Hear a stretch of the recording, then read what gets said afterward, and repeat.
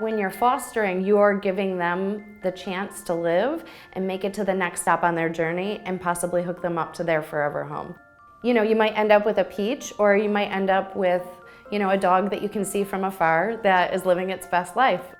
A lot of people, their first reaction to hearing, oh, well, you can't adopt, why don't you foster, is I've thought about it, I would love to, but. And that was the thing that got me, is there's always that but I don't have enough time, but I don't know where to sign up, but I can't have an animal stay over. And every one of those, I can tell you that there's an answer of how you can foster.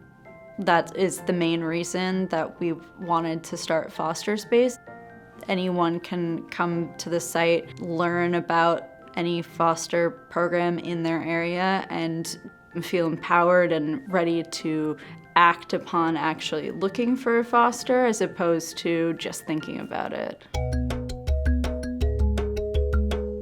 Peach, use your posture.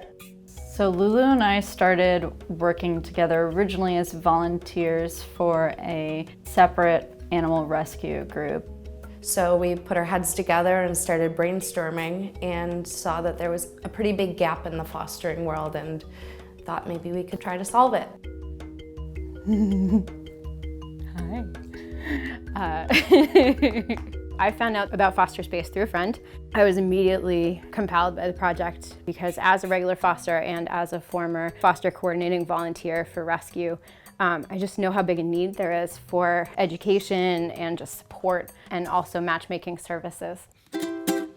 The second you take the dog out of the shelter environment and show them in a car or doing something fun with a person that an adopted dog would do, or in a home, you know, just acting like a regular dog, it instantly makes them more adoptable.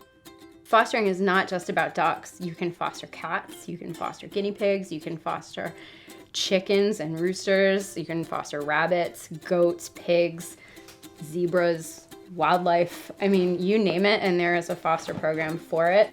Fosterspace is important now because it serves as a sort of Airbnb-like function to find the available homes and then hooking them up with not just the one rescue in your area that you have already filled out the paperwork for, it standardizes the process.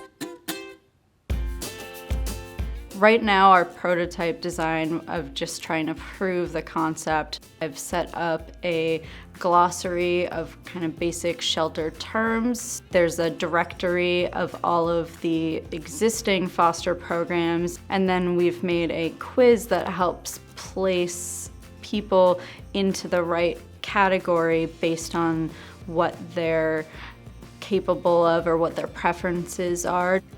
Our other main partner in our foster movement is Doobert, which is a transport platform originally, but they're expanding into lots of other animal welfare needs. I reached out with my Fosterspace plans and it just kind of clicked. Right now we need to integrate Doobert into our existing prototype as well as really build out all the features that we have planned.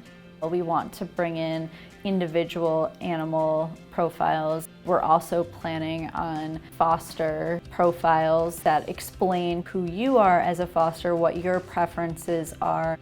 Most websites cost upwards of $100,000 to $200,000. Since we've partnered with Doobert, the expected cost is really only around $20,000. What our tool hopes to do is get rid of some of the stop gates in the system so that it becomes a bit more automated and requires less personnel, less resources at the fosters, clearing them up for valuable life-saving missions. I could sit here and quote the scientific studies all day that show, you know, benefit of animals on human existence, but in a nutshell, I have learned more through watching my dogs and creating safe spaces for them than I've learned in any grad level college classroom. They're incredible.